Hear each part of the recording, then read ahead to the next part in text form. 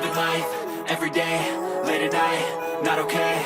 All I want, and I pray, all I need are some better days. Fuck me, I'm looking in the mirror, so foggy, but I've never seen clearer. I don't really think anyone can save me, and honestly I'm not really sure I want saving. I like to be my own worst enemy. There's no risk if you don't try at anything, so I'ma just keep buying everything. See you in the next life, have to be a better me. I don't think that my head's on straight, gotta flip it and grip it and go and get an x-ray. What's wrong with me? I just feel weight pushing on my chest and it squeezes till I suffocate. Better change my mindset, meditate. It's pretty cool that I'm alive and have better days. I could walk, see, hear, I should celebrate. Think I could change my mind, maybe elevate.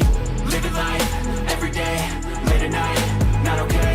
All I want, and I pray, all I need are some better days. Yeah, all I need are some better days. Cause all I want, and I pray, I believe in the better days. I'm kinda stuck between a rock and a hard place. Do I work hard or live at my pace? You're only young once, yeah that's all great, but I also want a future where I'm okay. Living life is doing lots of cocaine,